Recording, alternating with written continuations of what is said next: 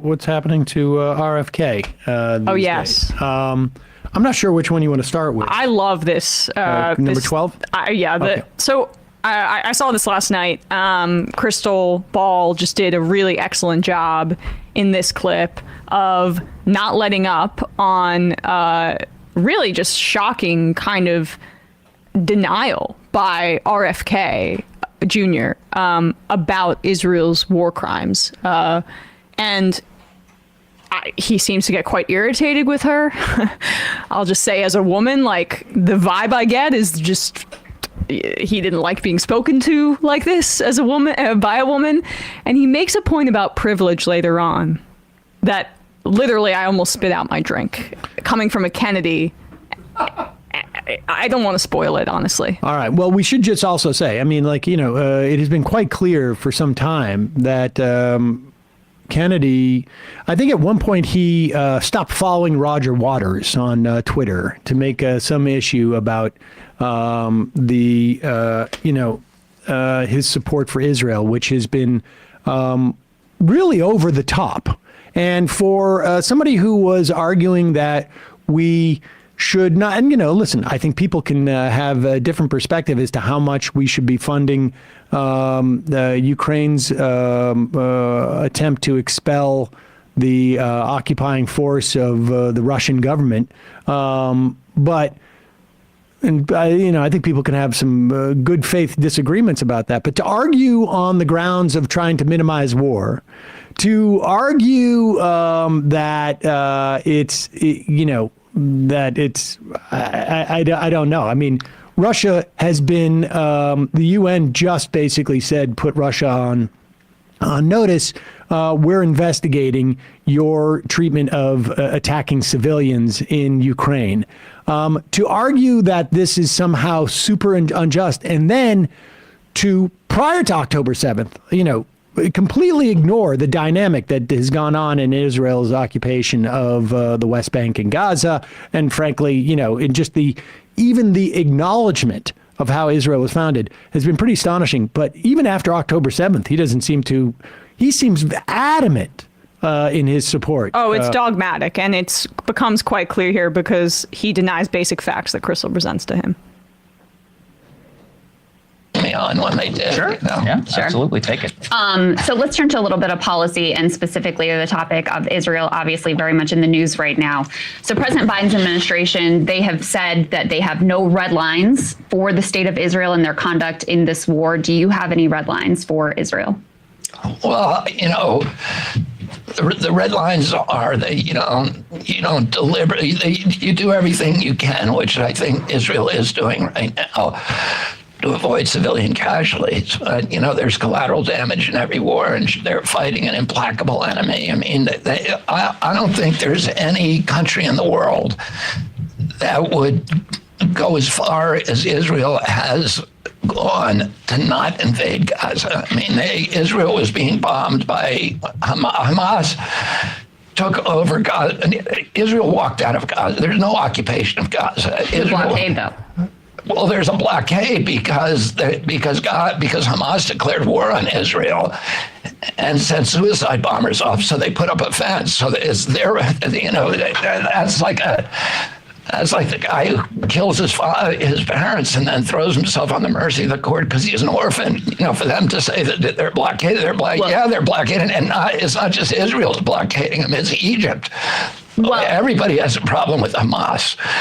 In fact, after the 73 war, after the 67 war, Israel tried to give Hamas back to Egypt. And Egypt didn't want to take it because Gaza.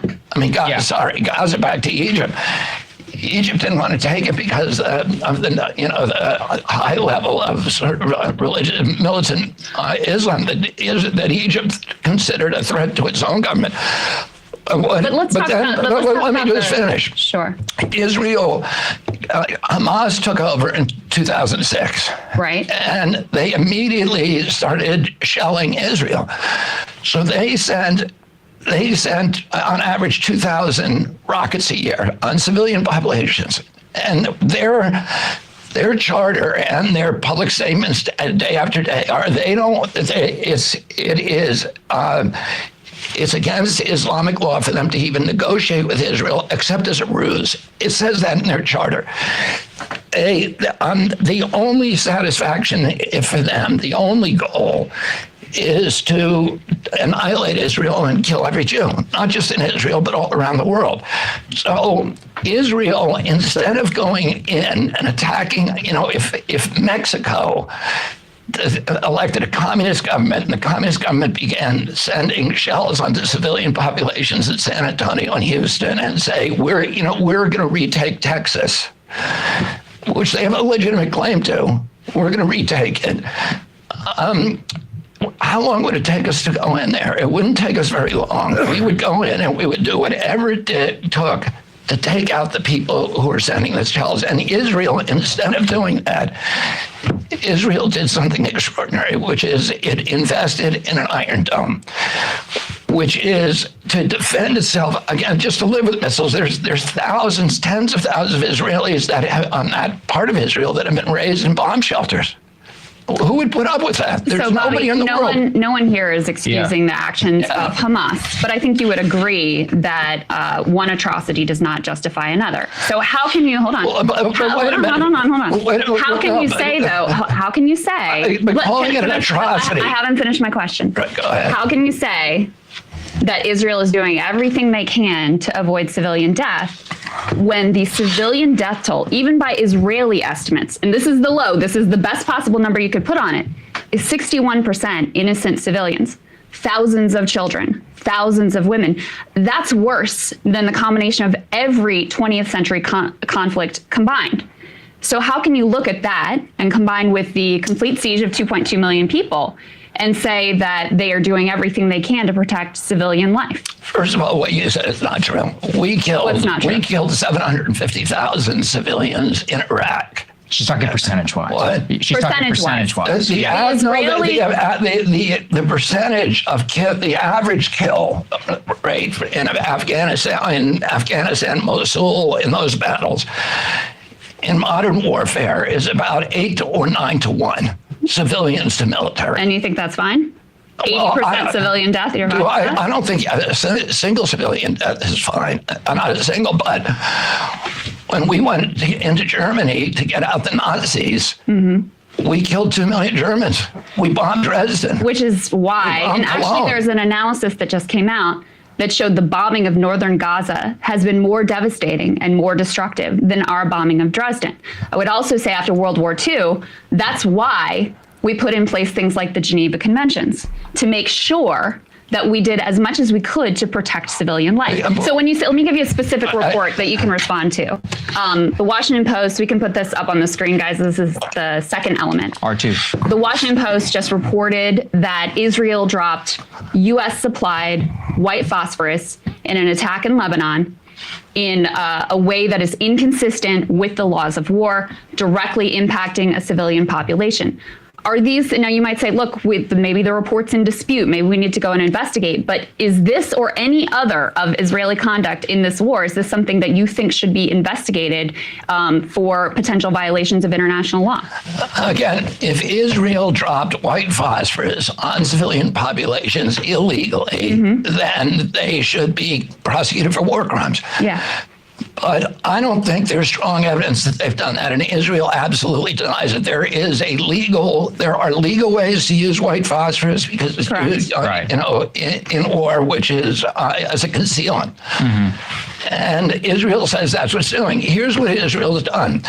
Israel has calls people before they bomb them. Nobody else in the world does that. It's made 20,000 live calls. So an Arab-speaking IDF member who calls the landlord, they have the telephone numbers of everybody in Gaza. Now, there's a lot of connectivity problems, so they can't always... barely sell access. Pause for 1 second.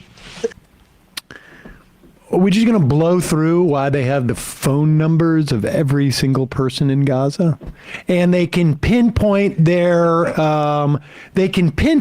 location with those phone numbers? In other words, if you're placing 20,000 calls to 2 million people, how do you know which 20,000 to call? Well, because you know exactly where they are. We saw this reporting in 972 about their AI. They know exactly where they're dropping these bombs. They know exactly where they're dropping them. The number of journalists that have been killed, the number of doctors that have been killed, the number of cultural figures that have been killed in Gaza. They know exactly where they're dropping them. We're just going to blow through. They have the phone numbers of every single person there. Oh, they're not blockaded? Go ahead. Who calls the landlord? They have the telephone numbers of everybody in Gaza. Now, there's a lot of connectivity problems, so they can't always barely cell access right now. Let me finish. They've made 20,000 live calls with people telling you, here's what's going to happen. You need to move out in your neighborhood, on your building. They've sent 1.2 million robocalls. They've sent 1.2 million pamphlets. The pamphlets are color-coded for date and for time, so that you don't see an old pamphlet and say, oh, this won't apply to me. So people know when that building is going to get bombed.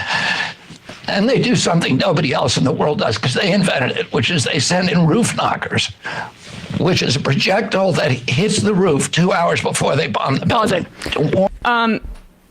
So, first of all, the claims about the individuality of Israel's war crimes are jarring to me, in that this is presented by Zionists as and right-wingers as like the uniqueness, in a sense, makes Israel more humanitarian. The uniqueness of the complete siege and apartheid in Gaza also informs your analysis of their military tactics, because this is a situation unlike we have ever seen in my life, in history, maybe in many ways, because of the apartheid, and then like not just the apartheid akin to South Africa, but the way that the population has been indiscriminately bombed. And then what he says there, when he says roof knockers, what is that a euphemism for? And he says projectiles, so he understands exactly what he's saying.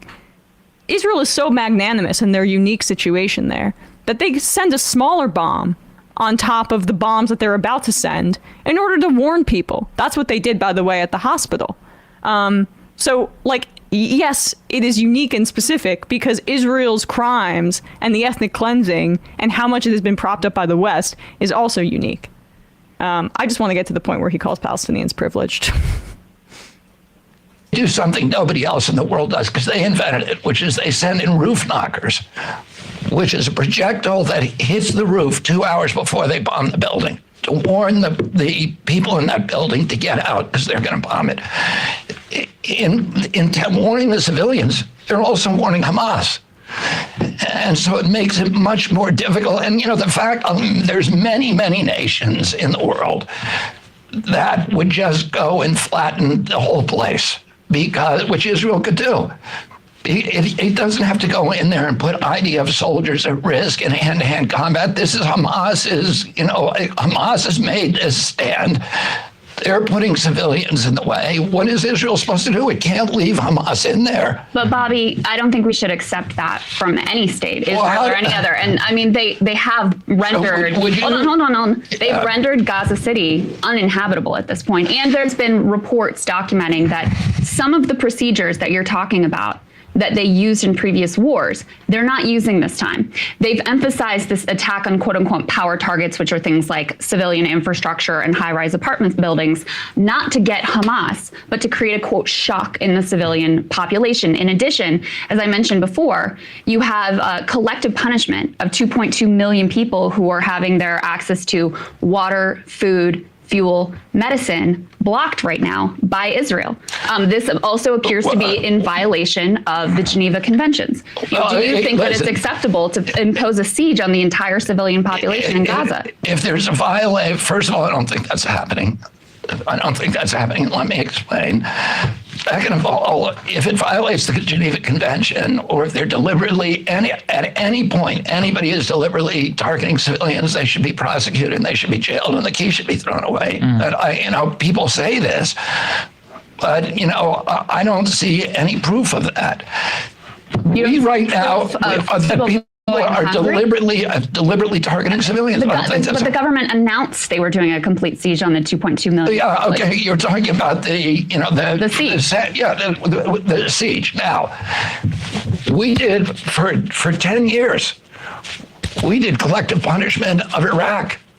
We actually killed. I'm not trying to justify that either here. But why are we just going after the Jews? Why is it only what Israel does? Let me just finish this right now. Our tax dollars are Pause going it for to one fund. second. I've heard this before. I've actually gotten into this conversation, aside from the fact that I had obviously a problem with the Iraq War.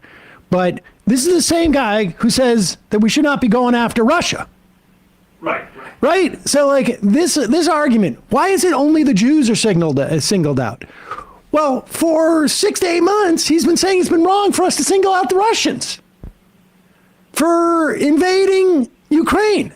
Yeah. Regardless of what you think about the Ukraine, whether we should be funding Ukraine or not, the point is there's no consistency here. I mean, the fact we were demonizing, according to him, Putin 6 to 8 months ago, and now the only people who get demonized are supposedly the Jews. I'm not demonizing the Jews. I happen to be very close to some Jews. Some of my best friends are Jews. Yeah. But Israel are not the Jews. Israel are the Israelis. Yep. And it's also jarring to me how little he understands who he's even speaking to here. I mean, is he trying to say that in any way Krystal, who I believe began her career? He's trying to make the argument. opposition to the Iraq that War. nobody cares when we did it in Iraq. And therefore, no one should care when Israel does it in Gaza. Well, first of all, people did care. Yes. The vast majority of Americans didn't. In fact, there is, I would be shocked. Not totally shocked, but if you want to do a Venn diagram of people who didn't care about what the U.S. was doing in Iraq, and the people who don't care about what Israel is doing in Gaza, they wouldn't be a perfect circle, but certainly most of those people in the former would land in the latter, for the most part. But the idea that somehow that justifies it, and the idea that somehow that makes the case that only people concerned are when Jews do it, people have been talking about Putin and the Russians doing it, and he's been pushing back on that. And additionally, I mean, we now know the data makes it clear that what Israel is doing right now in Gaza is record-breaking in its brutality. Branko Markotic has a great piece in Jacobin that says the rate of killing, 13,000 of the dead, children and women. Israeli officials claim they've killed 5,000 Hamas fighters, but that's a dubious figure that would effectively mean that every single Palestinian man killed in the war has been a non-civilian. And it's even more dubious when we consider that Hamas's 30,000 fighters comprise only 1.4% of Gaza's pre-war population.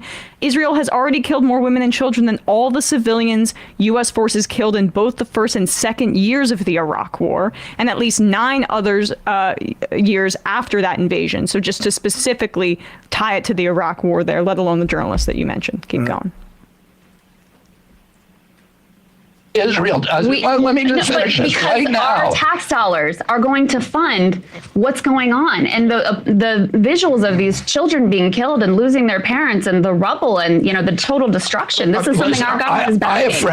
I have friends in Gaza. Okay, I have a friend who is a father of 5 kids, and what he's living through right now is horrible. I have many Palestinian friends. I've been to West Bank. I've met with the Palestinian leadership. I love the Palestinian people. It's excruciating watching what's happened. But why are we blaming Israel? Why are we blaming the people? They're the ones dropping the bombs. They have with our dollars. They have to get at Hamas. They have to destroy Hamas. And Hamas, unfortunately, build tunnels for themselves, but they did not build bomb shelters for their people. And Israel has told people, move to the south. There's food trucks there. There's medicine there. There's fuel there. But there's not. It's only not there. The area they told them to go to is an area that is the size of LAX airport. It is a desert wasteland There are no UN flag facilities. In fact, if you ask the Secretary General of the UN, he'll tell you there are no safe places in Gaza. You already have 1.8 million people who have been displaced from their homes. So, at what point do you say, okay, it's enough? Because the other piece of this, even if you say, and I know you're not saying this, but even if you say, I don't care about the Palestinian lives, they got to do what they got to do. It's the cost of war. What are you going to do? There's also a lot of evidence that what they're actually doing is fomenting increasing support for Hamas. Because if you think about it, if you're a kid and your parents get blown up, what kind of politics do you think you're going to have when you grow up? Isn't that going to be tremendously radicalizing and incredibly compromising to the security of Israelis alike? So how would you get rid of Hamas? Well, if you're Israel. Well, I'm not running for president of the United States, number one. But number two, I think we have a model for this in a sense from the way we went in and approached bin Laden. So it was a targeted raid. If you're actually going to do this, you do a counter-terror operation where you go in a targeted way.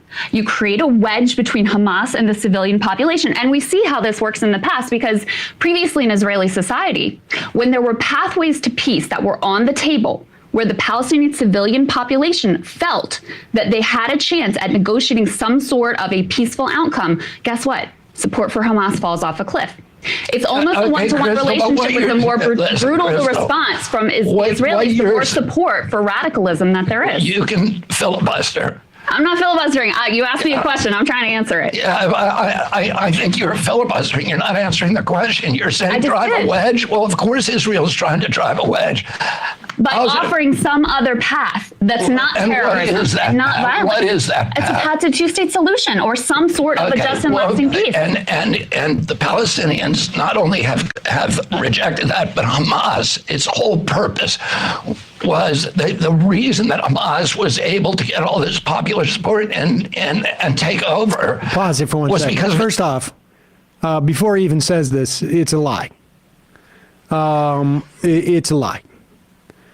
First off, we know it has been the stated position of the Israeli government for well over a decade, maybe 15 years, almost right after Hamas came to power in Gaza, that they don't want any type of solution. We also know that the development of Hamas in the 80s was nurtured by the Israeli government to undermine a cohesive Palestinian political project because they wanted to inhibit the Palestinians from having any type of political force so that there was no way they could negotiate any type of peace settlement. There was no way for them to negotiate a two-state solution at that time because they had competing rival forces. We know that Netanyahu has stated this as a fact back in the aughts. We have to bolster that Hamas was the biggest asset they had in inhibiting a two-state solution. So if these are akin to Nazis and Netanyahu is in at least not completely trying to annihilate everybody, you would think that allowing for funds to be funneled to them and explicitly saying these Nazis who want to kill all Jews, apparently according to RFK, not just in Israel and around the world, the Jewish diaspora, that, it might not be a good idea to fund them, right? If that were the case. The Palestinian Authority begged Israel, do not pull out unilaterally. Do not call for elections because we are, we are underrepresented there. We can't win there.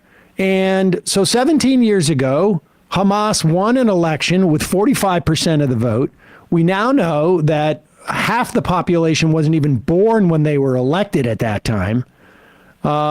There's certainly questions as to sort of the overall legitimacy of them taking power. But even if I stipulate that they were duly elected at that time, that was also a function of a deliberate point of the Israelis to undermine any type of cohesive political leadership for the Palestinians. And if you look at what the polling has shown in terms of support for Hamas 4 months ago versus today, and there was polling done during the 5-day ceasefire. You can go and check it out at the, where is it? The Palestinian, regardless, we'll put a link to it. Yeah. You can see that polling. Support for Hamas is through the roof. I mean, you don't need to be a genius. Yeah.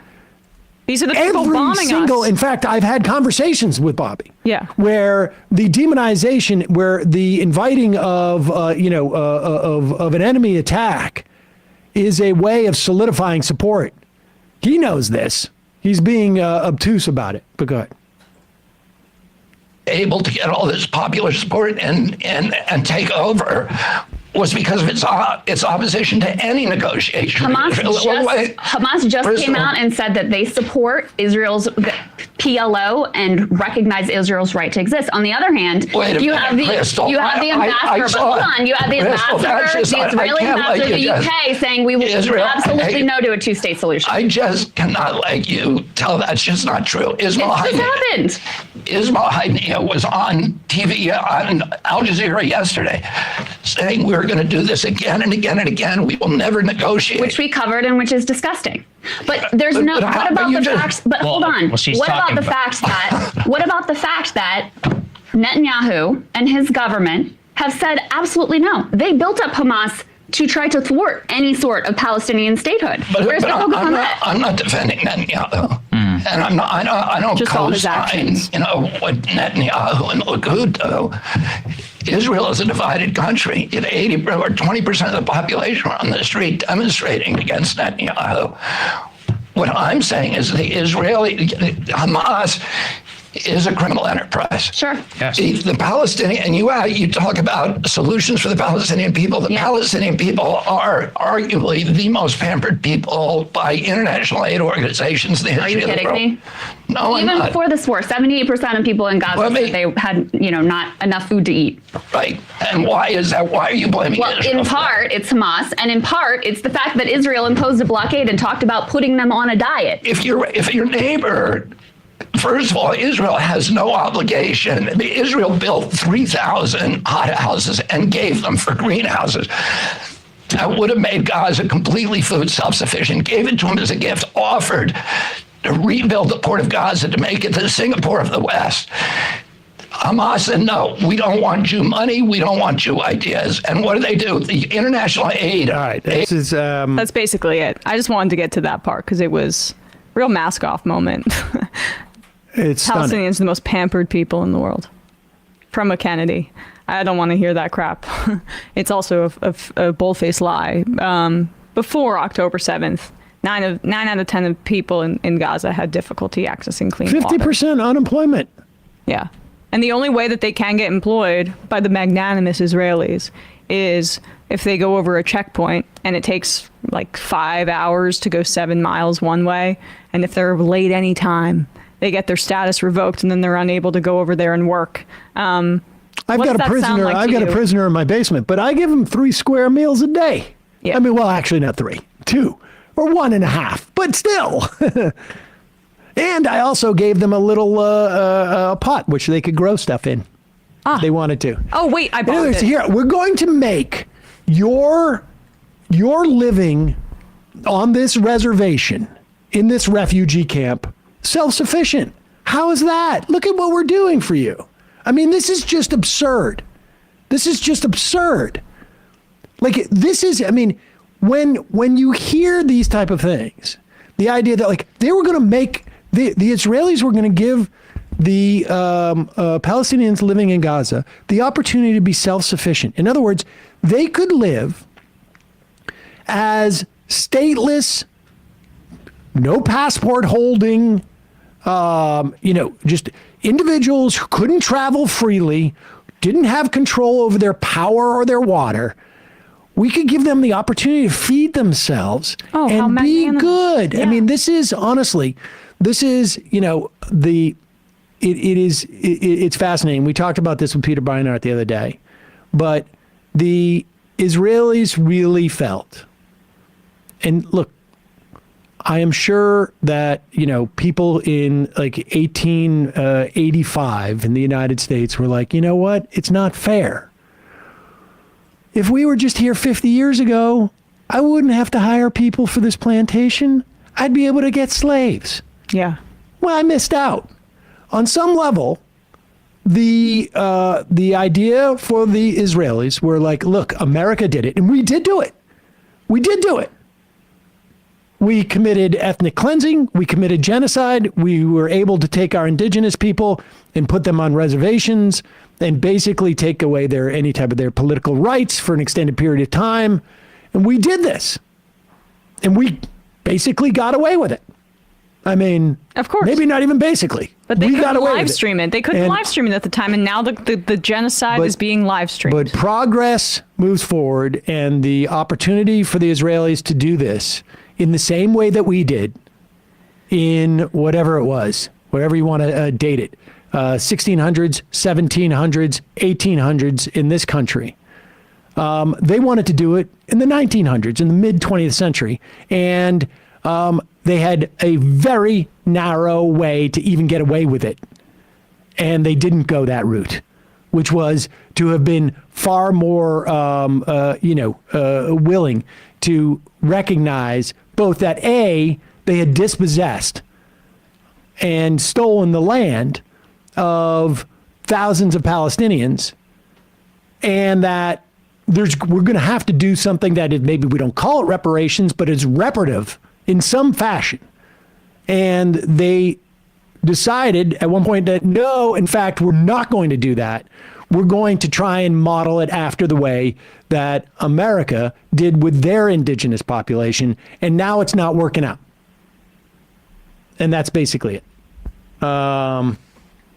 Anyway, great job, Krystal. I thought that was really well done by her, even though, he kept accusing her of filibustering. And it just bothered me how she answered his question completely directly about what she would do with that military operation, or the likening it to Osama bin Laden. He said, you're not answering my question. Right. I mean, it was the same exact thing. We played that clip of Owen, what's his last name? The British, whatever. I'm sorry if I mess up his name, but really early on, the one where I cried. Owen Jones. Yeah, Owen Jones. Excuse me. That Labour MP, after he condemned Hamas and the attacks for around 2 minutes, then decided to bring up the humanity of people in Gaza, and she repeatedly said, you refuse to condemn Hamas, after he had just did it. Right. Like, the amount of cognitive dissonance that people are displaying in working backwards from their lack of belief in the humanity of Palestinian people and their frickin' racism is astounding to me.